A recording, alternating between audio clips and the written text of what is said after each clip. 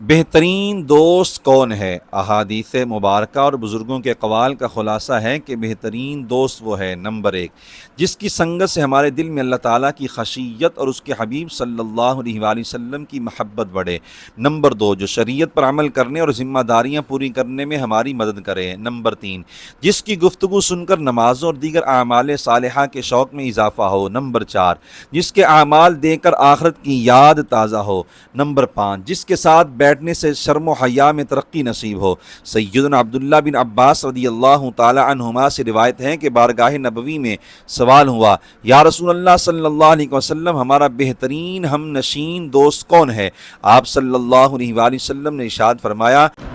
من ذکرکم اللہ رؤیتہ وزاد فی علمکم منطقہ وذکرکم بالآخرۃ عملہ، جس کی دین سے تمہیں اللہ کی یاد آئے، اس کی گفتگو سے تمہارے علم دین میں اضافہ اور اس کا عمل تمہیں آخرت کی یاد دلائے۔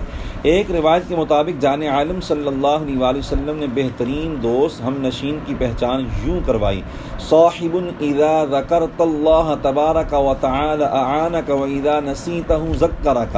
یعنی بہترین ساتھی وہ دوست ہیں کہ جب تم اللہ تعالیٰ کو یاد کرو تو وہ تمہاری مدد کرے، یعنی تمہاری ہمت بڑھائے، اور جب تم ذکر الہی بھول جاؤ تو وہ تمہیں یاد دلائے۔ سچی بات تو یہ ہے کہ دوستی کے قابل فقط یہی لوگ ہیں جن کا جان عالم صلی اللہ علیہ وآلہ وسلم نے ذکر فرمایا۔ ایسا دوست جس کی سنگت سے دل میں اللہ تعالیٰ کی خشیت کم ہو، محبت رسول صلی اللہ علیہ وآلہ وسلم اور ادب بارگاہ رسالت مآب صلی اللہ علیہ وسلم میں کمزوری آئے، بزرگوں کے بارے میں بدگمانی پیدا ہونے لگے، نمازوں سے متعلق سستی اور لاپرواہی کی کیفیت ہو جائے، زبان پر گالیاں اور برے الفاظ آنے لگیں یا دیگر اخلاق و عادات بگڑنے لگیں، اس دوست کی سنگت سے تنہائی 1000 درجہ بہتر ہے۔ سیدنا ابو ذر غفاری رضی اللہ تعالیٰ عنہ کو کسی شخص نے مسجد میں تنہا بیٹھے دیکھا اور وجہ پوچھی تو انہوں نے سرور عالم صلی اللہ علیہ وآلہ وسلم کا ارشاد سنایا، الوحدۃ خیر من جلیس السوء وجلیس الصالح خیر من الوحدۃ واملاء الخیر خیر من السکوت والسکوت خیر من املاء الشر،